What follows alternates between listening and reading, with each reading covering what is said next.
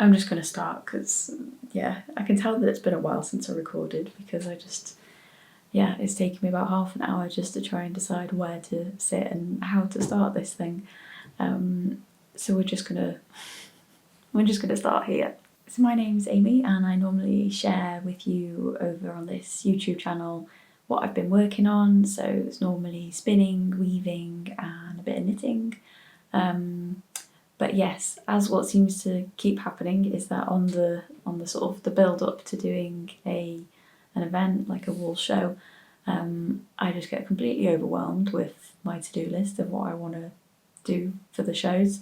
That videos just drops down on the priority list. So I apologise for that. I've now got a clear run for, well, the next big show isn't for another like 2.5 months at least. So it feels like I can actually now take a pause and concentrate on other things rather than just show prep. And kind of, it sort of puts me in a place where I feel like my time has to always be spent making stuff, and that the stuff that I'm making always has to be the most like efficient use of my time. So all of the like exploring and sort of experimentation and all the rest of it, like all of that just goes out the window as well. Which is probably why I feel really, really tired. Last week I thought I could squeeze in a video. I thought, oh, this will be a neat little video. I was in between two shows. I did shows back to back on 2 different weekends. And I thought, oh, I'll just do a little video and just, show you what goes into it and stuff. And like, I filmed some stuff, but I could not talk to the camera. And yeah, on reflection, I think actually I was or am, or I don't know. It feels a little bit burnout. Alarm bells for burnout. So yeah, the last show I did was on the Saturday. We're now on Tuesday, I think. And I've literally just spent Sunday, Monday and most of Tuesday just on the sofa, like reading, chilling. Yesterday I actually got the urge to start knitting again, which I just feel like is a real clear indication that my brain was in a crazy place. And it's coming out of that place, and it can actually take something else, a challenge. So yeah, I thought I'll do a little video this week, almost as like a sort of chatty catch-up vlog kind of thing. Bring you up to speed with like what has been happening, where my head is at, and I suppose what I've got planned for the next couple of months. So yeah, so the 2 shows that I've just been doing. So I did the Cumbrian Wool Gathering, which was in Cumbria. That was the weekend before last. It's the first time they'd ran that event there or in that way, and it was big. It was the biggest show I've done. I think, I don't know what the number of exhibitors were. It was a lot though, and it was busy, especially on the Saturday. I think everybody tries to come, don't they, for like early Saturday so that they don't miss out on anything. Like you don't want to kind of arrive on Sunday and be like, oh, where's all of that stuff gone? And yeah, miss out on your favourite things. So yeah, it was an amazing event, amazing experience. And for me, like the conversations there were just amazing, because you meet people from all different kind of backgrounds in terms of wool. So like you'll have everything from other kind of very experienced makers and creatives, and you kind of have really kind of then detailed conversations about your craft and about your industry.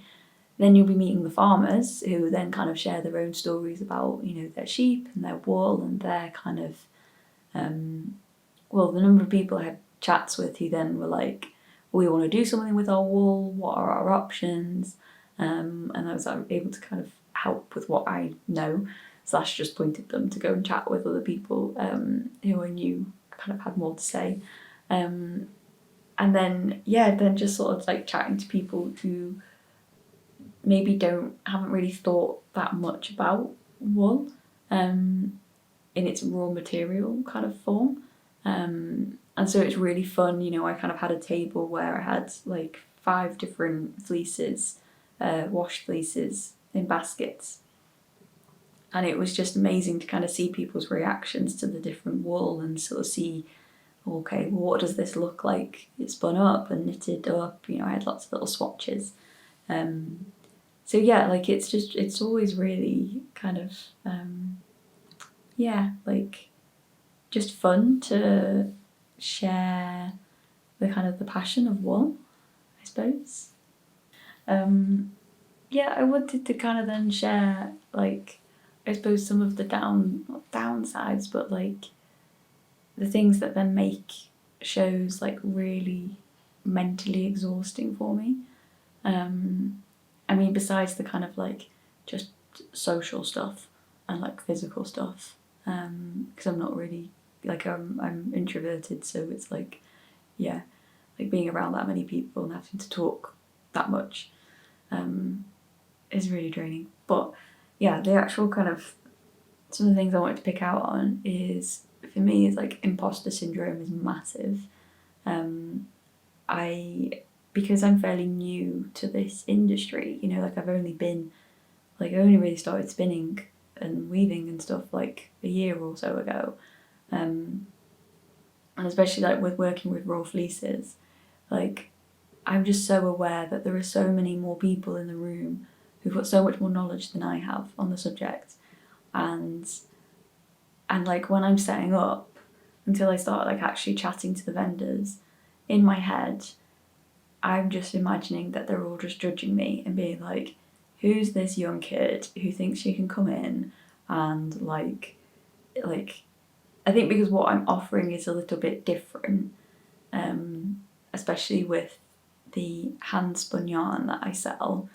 Like I have had comments from people, not at shows, but this comment about like you can't make money from hand spun, and like it's a question that I've really like spent a lot of time on, and so like the yarn that I make is a very particular type of hand spun that I believe I can make profit from. But it's like it's almost like I'm going into the room with kind of that like slightly defensive stance that I kind of have to justify my place and justify my business and like my offering, which isn't great, is it? Like now that I've said that out loud, like that's not great. Like, okay, right. Note to self, something I need to work on.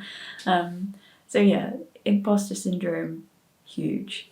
And then the other side of it then is the kind of more like this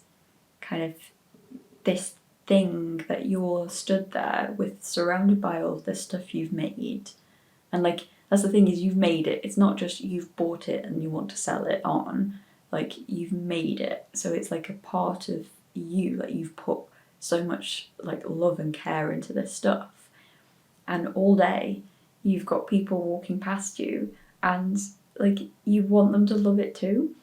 And like you're just putting yourself in such a vulnerable position of, I mean, basically it's just rejection, isn't it?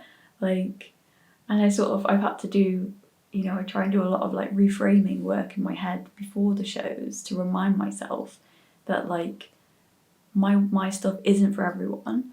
Like, even just, it really helps me to go, some people like colour and some people like natural colours and muted stuff. And I'm very much in this muted space. So it's like, I already know that the vast majority of people walking around that show are not going to be drawn to my stuff.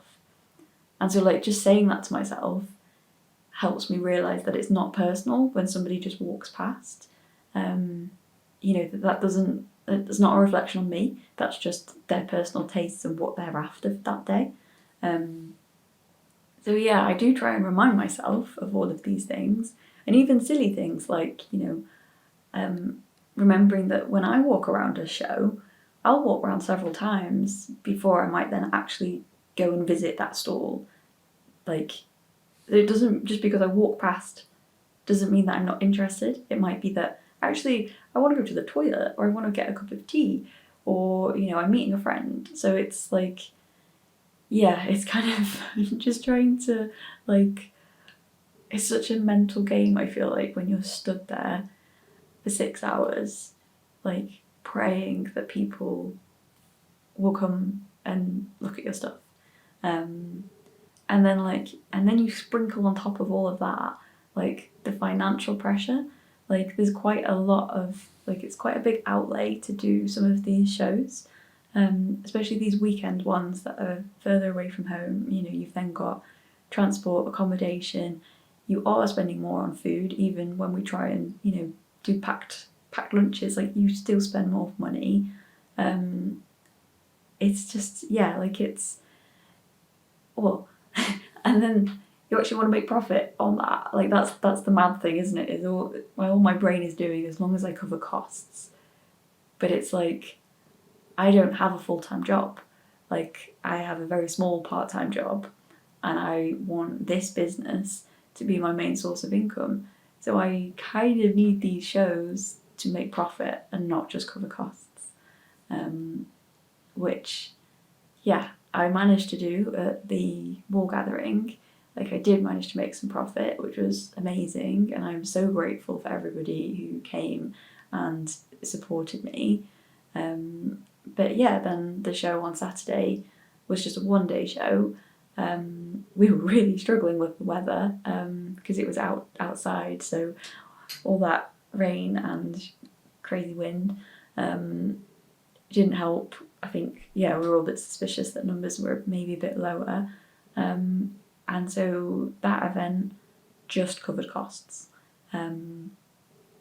Now, when I sort of trying to think, positively about it all, I then go, yeah, but then you've made all of these connections, and you've, like, the number of people who then take cards you might not spend on the day, but, might then check out your website afterwards or catch you at another event. Like, so yeah, you do have to remind yourself that it's not just about what the numbers are at the end of the day.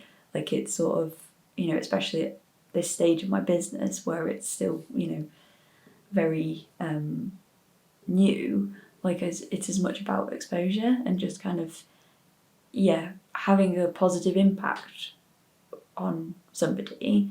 Like, having that really inspiring conversation, when you chat about projects, and they kind of walk away then with a positive feeling about you. Like, that's, yeah, it's a long game, isn't it, rather than the short game. But still gotta pay the bills. So yeah, I'm not sure I would do a back-to-back show again like that. I barely recovered last week from the kind of, all of those draining things. And that's why, I tried to film and just realised actually my mental health was not in a great place. And yeah, I've just been yearning for a rest. I think I'd kind of forgotten that, like, in the weeks before Cumbria, I'd done a lot of my part-time gardening work as well. So what I was doing is, I would work for 2 days, I would, like, garden for 2 days, but rather than going, okay, you've now got 3 days to work on the wall side, I'd then just work 5 days until the next gardening days. And I just really couldn't give myself any time off. Like, there'd be little moments of downtime, but really, I think now that I've just had 2.5 days of actual rest and just, like, sofa time, I'm realising that I hadn't done that in probably like 2 months or something. So yeah, I think I need to try and find a more sustainable, healthy work-life balance. It sounds so cliche, doesn't it? And it's like, I know that it's what I need to do, that I still struggle. But I think it's just the financial pressure, which, yeah, it's interesting, isn't it? This whole thing about like, you know, when people say about the best kind of way to start a side hustle, you know, it's this thing of don't quit your day job and stuff like that. And it's like, I'm kind of in that position now where it's sort of like I've just got to make it work. Otherwise I need to go and figure out another day job. And actually, I think it's easy to underestimate like the amount of stress that like financial pressure that money has on you, and how much it impacts your decision making. I think that's the thing then, isn't it? Is that you potentially don't always make the best decisions for your business because you're being far too like influenced by that stress. But I always made the argument that when I did have, you know, a day job, or like I've had other bouts of kind of like my time split between different part-time jobs and trying to then do my own thing, is that I really struggle to give my thing full attention, or enough attention. I suppose it couldn't be full, could it? Like I would just get distracted by the other jobs, and I would put all my I'd put too much effort into them, so there was nothing left for my business. So that's kind of what then drove me to go, okay, just give it a go, like take a couple of months and try and make it work. And so that's how we've ended up here. But yeah, I don't know where this conversation's going now. I'm feeling very like reflective, and yeah. So I'm hoping that this isn't just a massive waffle, and that this is helpful for somebody. But yeah, to bring some more structure to the conversation, I sort of did a bit of reflection before starting the video, and one of the other like big struggles that I realised that I was having was like, I don't think I'd appreciated how hard it is to start a business when it's just you, and you are the person doing the do and the person trying to steer the ship. And I think like, so what I mean by that is like, I think sometimes I can find that like I get bogged down in the day to day, or you know, I'm having a low energy day, or you know, something's kind of rocked the boat. But because I'm the person like in it and experiencing it, I find it very hard to then kind of also be the person kind of like in control of all of that, going, no, it's okay, like we've got a plan, we know what we're doing, keep travelling. And I feel like, you know, often, I suppose in previous kind of work that I've done, like there's always been that person who is steering the ship, and who I can then like count on to be sort of like, oh, I don't know about this thing. And then that person goes, no, it's okay. Do you remember we talked about this and we put together this plan? Yeah, we got it. Like, and so like I'm sort of relying on my partner to some extent, and he's been amazing because he's been through this whole journey with me. Like he knows why I'm doing it, and like what the goal is, and it feels like I'm relying on him a lot to remind me of that. And it's sort of, I think it's sort of, my boat gets rocked a little bit when I go to these shows, because you talk to so many people who come from so many different perspectives, and so you hear about a lot of problems that want solutions. And I think I can get a bit distracted with problem solving, and so I kind of then jump around a bit, and I'm like, oh well, I could do this or I could do that, and I think it then means that I then lose focus in what I've kind of, you know, it might have been like a few months previous, I may have had like a really like big epiphany moment and kind of gone, no, this makes sense. This is why I'm doing it, and this is how I'm going to do it. This is how I'm going to achieve it. And like, I can just forget that epiphany ever happened. And I'm like, why do I keep forgetting? And I think, in part, I think just the way that my brain works, like I just don't have a great memory for certain things. And it turns out my business is one of them, which is a bit weird. So yeah, so I've decided what I need to do is I think I'll have one of my like reflective exercises where I will try and the light's flickering, where I will go through again and I will ask myself these questions. You know, it's kind of like, what is my why? What are my values? What is the problem I'm actually trying to solve? And roughly, how are we going to get there? And I think I need to like make a poster out of it and just stick it on my wall in the studio, and make it really, really clear so that when I'm having those little wobbles, I've got something really, really visual to check in with myself to check. So yeah, so I think I need to do that exercise basically in the next week or so. I just really try and solidify it. And then the other thing that I had kind of realised or reflected on as being a slight issue was, even though I'm a very organised person. don't look at the shelving unit. Like, I know I just basically need to take a day, get it all off, sort it all out, and put it back on. But I haven't had that day, have I? Because I've been furiously trying to make things to sell. So what I was trying to say is, I've always kind of like been in positions where I've sort of been some sort of project manager.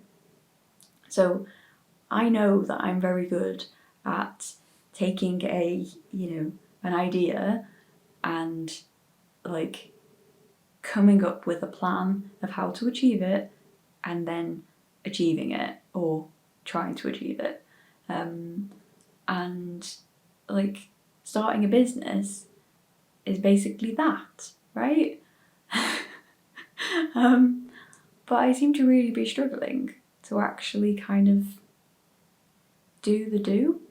And I was trying to think like why that might be happening. And I think part of it might be to do with not having a team. So I've always done that in a team setting. So it's always then kind of felt like, a collaborative exercise of coming up with a plan and then kind of, the whole kind of team dynamics of executing. So that's missing. Also, the accountability is missing. So normally somebody up here has defined has given me the brief to go away and execute or, to figure out. And again, that brief came from me. So there's no accountability. Like, I'm just accountable to myself, which seems is dangerous. So that's something else that I'm kind of recognising. And my last observation was that I don't know whether I don't know whether the project is too big, that I spend a lot of time maybe like dreaming about what I want this business to be in 5 years. And so I've kind of got this vision, but then there's this massive gap between that and where I am today.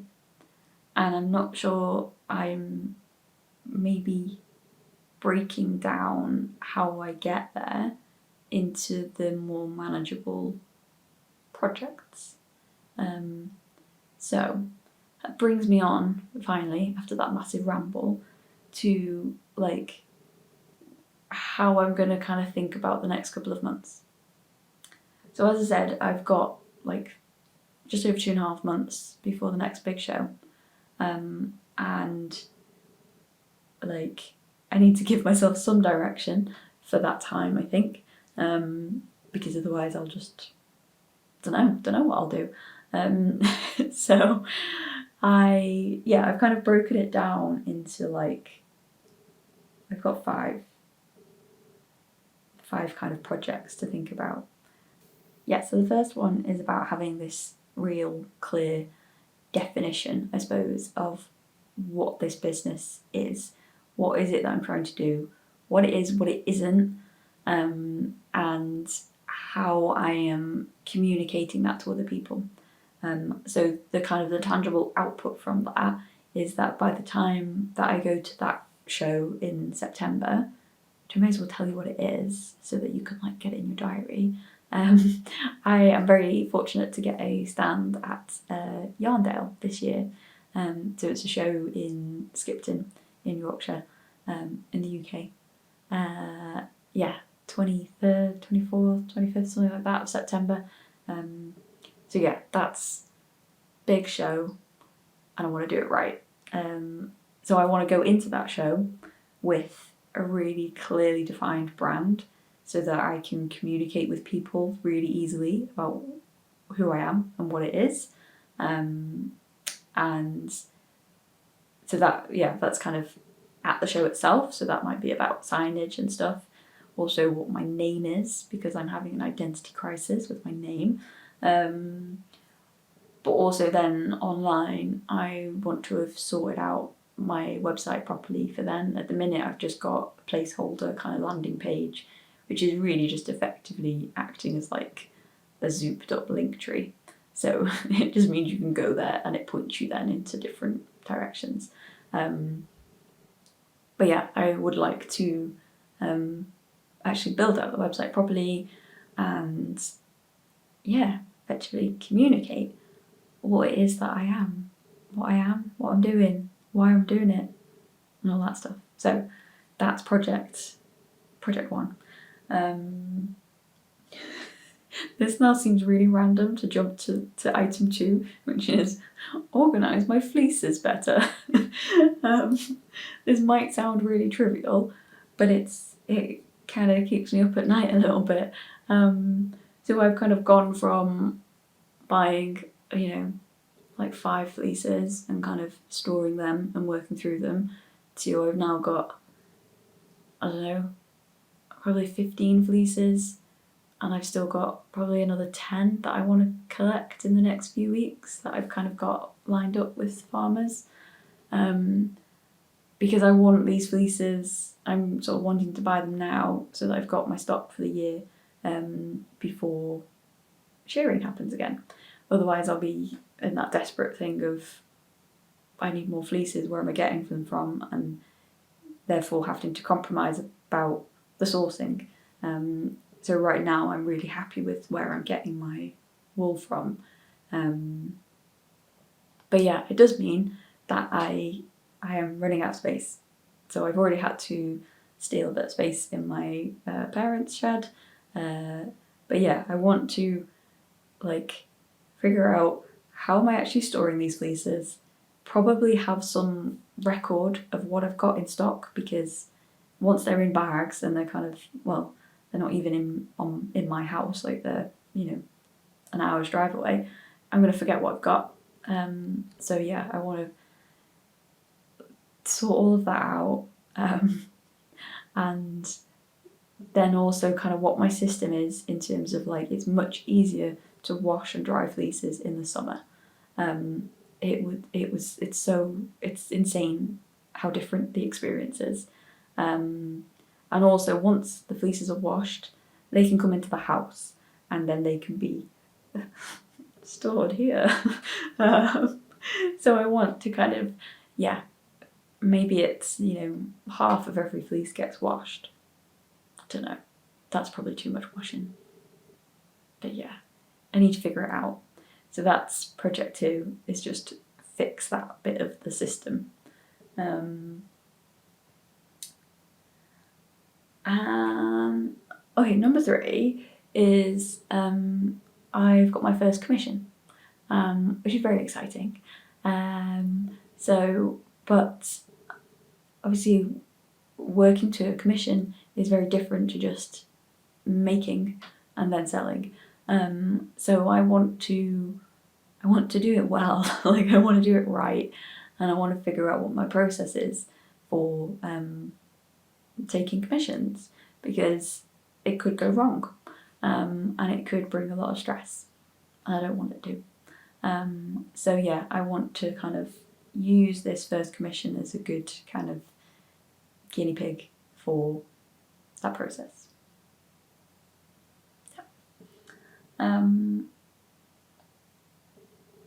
And then 4 and 5 are actually to do with, I suppose, my practice of making.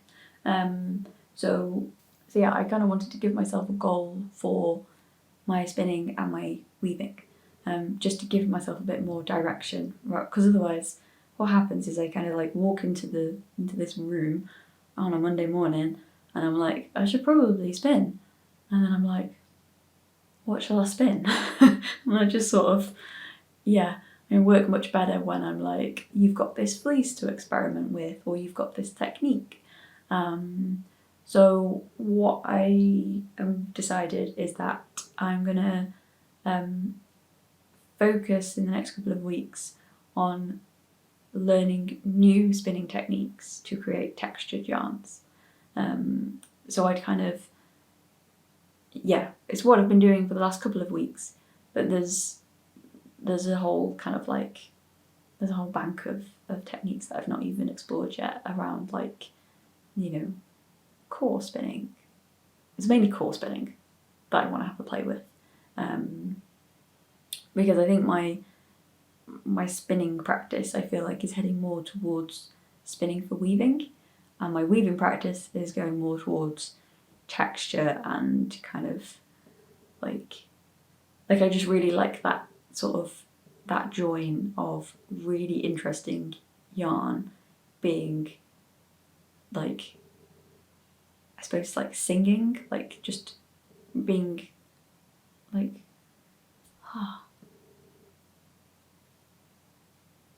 best way I can describe it is it's like one of the cushions that I made that got the most love at the wool gathering is a plain weave, all cream cushion cover that is just like, I'll put a picture, but it's the weft yarn is a hand spun Shetland Masham cross or Massam cross, and it's just spun, you know, with just a little bit of slubbiness, and then it's just woven. Really simple plain weave, but the effect that you get from that is just really, I don't know, I mean, it drew people in. Everybody has touched this cushion. Probably need to wash it, don't I? So yeah, I kind of want to explore more techniques for my spinning to create different types of textured yarns for weaving. And then from my weaving point of view, for the next couple of months, I'm still going to stick to the output being cushions because I'm really passionate about it. And I don't know, I'll put a picture of like the latest sample to show you the direction that I want to go in. It's kind of this effect. I don't even know how to put it into words. There's probably just a name for it, but I've never seen it been described. But yeah, I want to go in that direction. Yeah, so at least then I've kind of got 2 making projects, so that at least my making time is then got some direction behind it. And then finally, I didn't put this as like a 6th project because I kind of see it as more like an around all of that project, is that I really want to share all of this on YouTube. I And I know I keep saying this like every time I kind of like have a little spurt of energy with videos and then it always sinks again. But as I say, I've got an opportunity the next couple of months where the shows shouldn't dominate, like where it's just me in this room making stuff. So I really want to share all of this with you. I'm going to say it weekly. I'm going to aim for the weekly video. But I think, like, I suppose the thing that motivates me to share is that, like, I don't see many people talking about this stuff. Like, you know, I watch a lot of knitting podcasts and I watch, you know, mainly knitting podcasts. And kind of then more like vloggy stuff. Mainly people like building their own houses and like managing like permaculture gardens. But like that kind of, those kind of insights about how people are actually kind of like getting through and doing their projects and the kind of the ups and downs of that. Like, that's what I find really interesting. And so I feel like, yeah, I mean, basically I'm trying to make the content that I want to see. And that's probably the best way to make content, isn't it? Okay, right. I think I probably should just wrap up. This is turning into a very long chatty one. I will give you some footage to end on. So as I say, I did do some filming of me spinning last week. So yeah, bit of spinning, bit of washing and drying wool. I also went to visit a farm in the Hope Valley and got some delightful fleeces off a shepherd who keeps Whitefaced Woodland, which is a native breed to that area. Like, it was bred in the Hope Valley, which I thought was really cool to kind of get it from the source, I suppose. And yeah, so I got some footage of some sheep for you, and then I've got some footage from the shows. So yeah, I'll leave you with all of that. My head's in a bit of a spin still.